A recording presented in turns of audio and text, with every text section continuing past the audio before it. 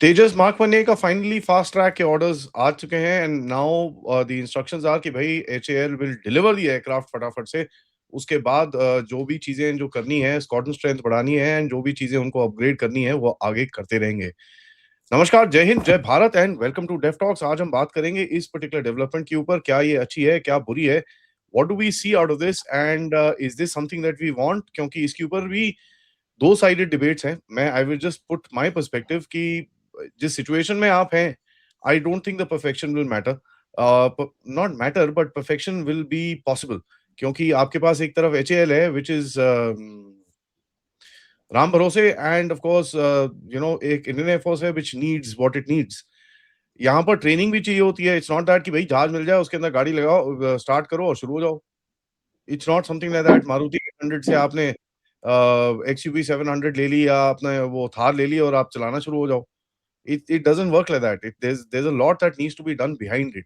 So are we making the right decision? Patikit bhai, namaskar. नमस्कार आदि भाई।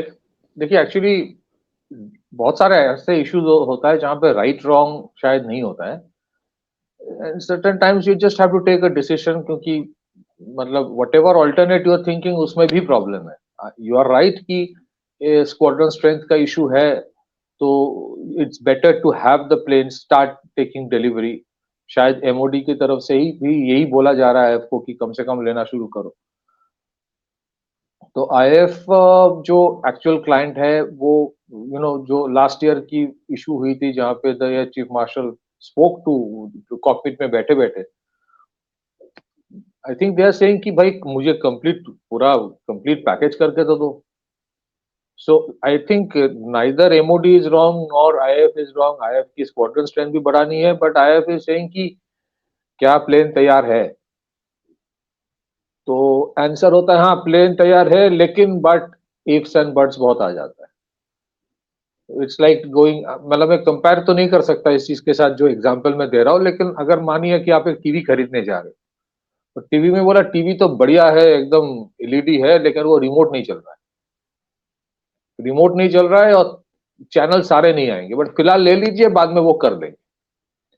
तो ये अभी जैसे सिचुएशन है, एंड जैसे आपने कहा एचएएल के बारे में, तो there are three things Indian Air Force ने कहा है as per open source information. मैं अभी one of the top news channels की बात करूं तो वो अपने वेबसाइट में लिखता है कि completion of missile firing test होना चाहिए, integration of the radar with the electronic warfare systems mandatory है, and finalisation of the weapons package.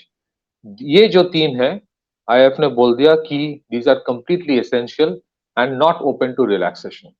बाकी कुछ एज पर द रिपोर्ट्स कुछ प्रोसीड्यूरल इश्यूज हो सकता है, कुछ पेरिफेरल इश्यूज हो सकता है, पेरिफेरल जो माइलस्टोन से हो सकता है, that eventually will be taken care of. लेकिन ये तीन चीजें, वेपन्स इंटीग्रेशन, आपके radar integration, electronic warfare capability integration, and finalising the weapons package, वो तीन होना चाहिए। Again the issue is by when HAL would complete the weapons integration, by when or if they have already done it. That's the big thing. Again, there's another fundamental issue. Again, I think we are not taking sides. The issue is this: अगर आज ये relaxation HAL को दिया जा रहा है, और शायद अभी जो स्क्वाड्रन स्ट्रेंथ का इशू है, 180 MK1 डिलीवर करने की बात है एचएएल के पास, 6 या 7 अभी इंजन आ गया है। They have not even been able to deliver single one. बीच में एक वो भी हुआ था, जो पढ़ने को आया, कैलेंडर निकाला, कैलेंडर में 7-8 MK1 है, खड़ा है विदाउट द इंजन। यार ऐसा थोड़ी होता है, आप क्या कर रहे हो। So the issue is this: जो रिलैक्सेशन आज एचएएल को दिया जा रहा है, क्या वो कोई प्राइवेट कंपनी को दिया जाता अगर वो ऐसे बना रहा होता। तो कहीं ना कहीं देखिए, इंडियन एयरफोर्स भी गवर्नमेंट का है, एचएएल भी गवर्नमेंट का है। तो मैं ये नहीं बोल रहा हूँ कि एक को बायस हो या दूसरे की तरफ बायस नहीं, मैं वो सब में नहीं जा रहा हूँ।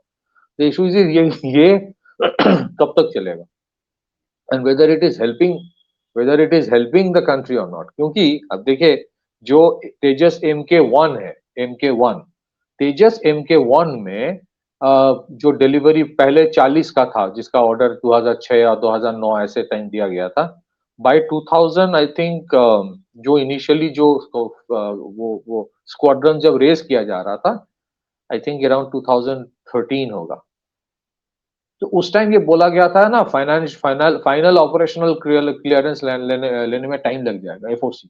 आप पहले इनिशियल ऑपरेशनल क्लियरेंस वाले ले लो, आईओसी। तो इनिशियल ऑपरेशनल क्लियरेंस सर्टिफिकेशन के बाद आप जो प्लेन लेते हो ना, that is not combat capable. You can just do some route patrolling, that's it. But I have had to take it. और उसके बाद आप देखिए कितना टाइम लग गया टू गेट द एफओसी। और उसके बाद भी it took so much time to deliver the first 40, जिसके ऊपर एयर चीफ मार्शल ने ये कहा है लास्ट ईयर, ही सेड कि we have not yet got the 40। उसका पूरा डिलीवरी हुआ नहीं, एज पर ही स्टेट। तो आई थिंक ठीक है, अभी जो सिचुएशन है, आई थिंक सारे चीजों को नजर में रखते हुए they have taken, the government has taken a decision, जो as per open source information, कि डिलीवरी कम से कम शुरू कर लो। But I think this should be the last concession to HAL. इसके बाद ये कोई कंसेशन देना नहीं चाहिए। और इसमें भी एक डेडलाइन कर दो कि बाकी आपके जो बोल रहे हो पेरिफेरल प्रोसीड्यूरल माइलस्टोन्स है, जिसमें एज पर रिपोर्ट वो बोल रहे कि एडीए भी इन्वॉल्व है, नॉट जस्ट एचएएल, उसका एक डेडलाइन कर दो, उसी में करना है। ऐसा नहीं होना चाहिए 4 साल बाद भी वही पेंडिंग ही है। And I think this should be the last one. इसके बाद भी जितने सारे ऑर्डर्स है, लाइट कॉम्बैट हेलीकॉप्टर्स का है, ये प्रॉब्लम एचटीटी जो एक हिंदुस्तान टर्बो ट्रेनर एयरक्राफ्ट है, उसमें भी प्रॉब्लम है। उसमें भी इंजन की डिलीवरी की डिले है। तो एक टर्बो प्लेन जो टर्बो ट्रेनर है, जो बेसिक ट्रेनर, उसका इंजन लेके आपने डिसीजन नहीं ले पाए। हनीवेल से ऐसा एक प्लेन लिया, इंजन लिया, जिसका भी मतलब प्रोडक्शन शायद बंद हो गया था, ऐसा कुछ है, या फिर what ever the other reasons. somewhere it has to be brought to a closure. That is my only thing. I think HAL अभी जो planes लेंगे, they will ensure कि they are combat capable, सिर्फ showcase करने के लिए नहीं, they will ensure that। लेकिन इसके बाद ये बार बार नहीं होना चाहिए। ये एक टेंडेंसी है for some of the defense PSUs, खास करके ये वाला, कि जहां पे उनके जो क्लाइंट होता है, जो इंडियन आर्म फोर्सेस, वो अगर कोई स्पेसिफिक चीज ले नहीं रहा है, तो तुरंत चले जाओ एमओडी के पास, एमओडी को बोलो प्लीज प्लीज आप बता दो लेने के लिए। ना, एमओडी के लिए ये डबल वैमी होता है। ऐसा नहीं कि एमओडी जबरदस्ती एचएएल को सपोर्ट कर रहा है, ये थोड़ा तो करता है, बट स्टिल इनके लिए भी है कि भाई क्या करूं मैं, squadron strength as an issue है। तो कहीं ना कहीं दे कम एट अ स्टेज जहां पे कुछ कुछ चीजें नॉन कॉम्प्रोमाइजेबल है। क्वेश्चन है कि जो नॉन कॉम्प्रोमाइजेबल एरियाज है, क्या उसमें एचएएल ने सारे काम कंप्लीट कर लिया है?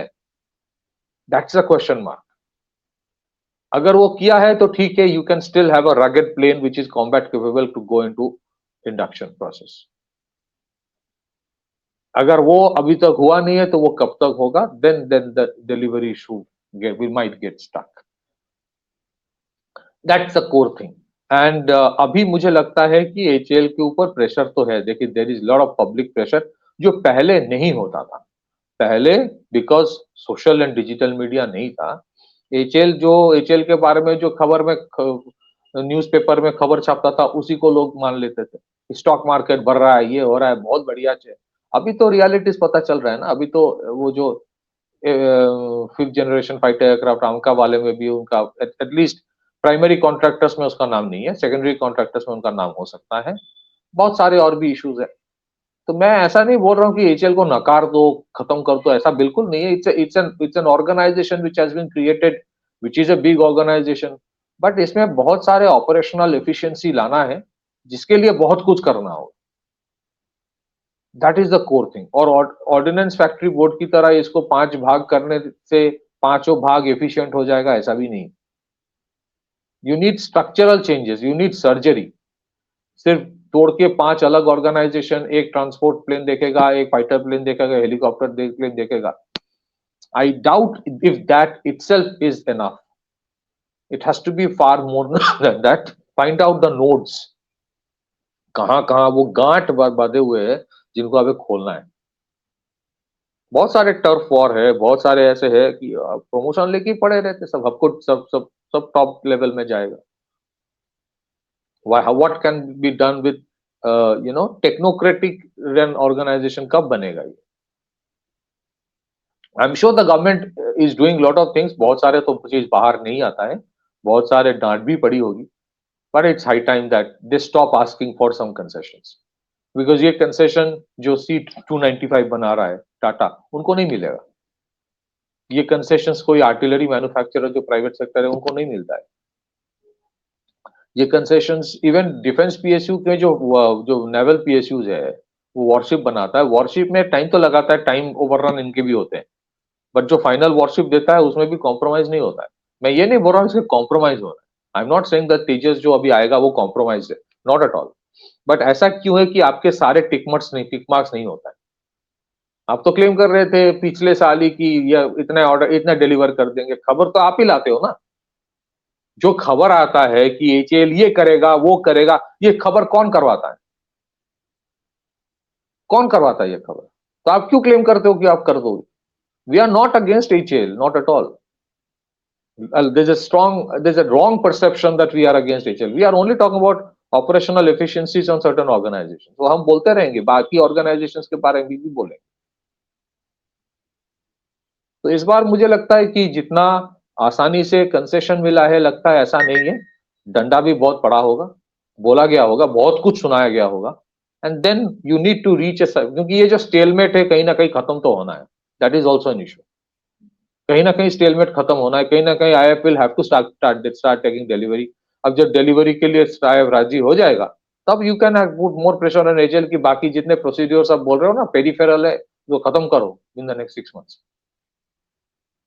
सो दैट स्टेलमेट को हटाने के लिए आई थिंक एचएएल के साथ आई think the MoD has taken a decision, but I hope this is the last one of concessions being given.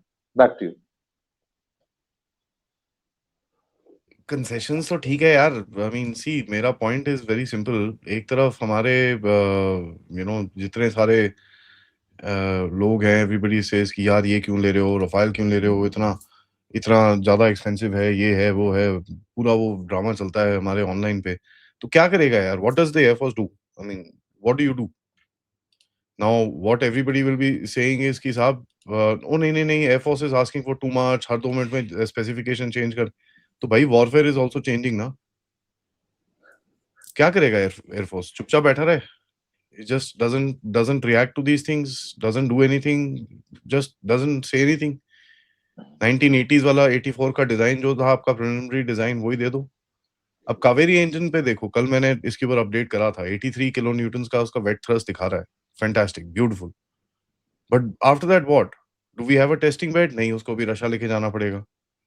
Basic infrastructure में एचएएल ने इन्वेस्ट नहीं करा है। अगर आपका स्टॉक मार्केट इतना जबरदस्त है तो यार आप एक टेस्टिंग बेड तो बनवा लो यार। आपके पास पुराने मिग 29 पड़े हैं, उसको एक को मॉडिफाई कराओ, single engine, it can fly, double ये लगाओ, फिगर आउट समथिंग। आप एविएशन कंपनी हो, you should be able to come up with something.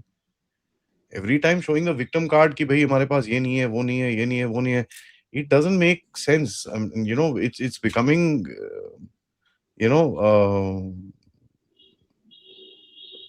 it's becoming to a point where how do you even say anything? See, again, let me just put this point across. My objection with HAL is not because of its HAL. My objection with HAL is that they need to perform. And let me in all honesty say that इन लोगों ने काफी काम करा है। जो इनकी हालत थी 5-6 साल पहले, they've come up to a very pretty decent point now, decent, जहां पर ये चीजें कर रहे हैं, but they are still misleading us. ओ जी, इंजन की वजह से डिले हो रहा है। Till last year that was the narrative, everybody was agreeing to the fact कि भाई अमेरिका इंजन नहीं दे रहा था, तभी डिले हो रहा है। अब आपके पास पड़े हैं 10 इंजन, 2 जहाज, 11 इंजन पड़े हैं आपके पास। Give 11 aircraft. उसमें भी नहीं जी, अभी वो ये नहीं हुआ,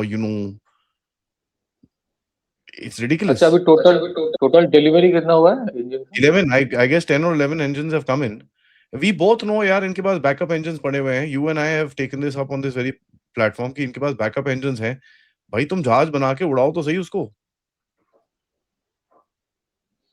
आप बना ही नहीं रहे तो फिर क्या कर सकता है कोई? What can one do? And then when the Indian Air Force chief comes out and says, "boss मजा नहीं आ रहा," तो क्या बोलेगा वो? और what does he say? You can imagine the frustration of that guy यार. He has to fight a battle. वहां पर really every day some stupid thing or the other is happening. यहाँ you're going to go into a war with Iran and this and that and all sorts of things. How do you even justify what is happening?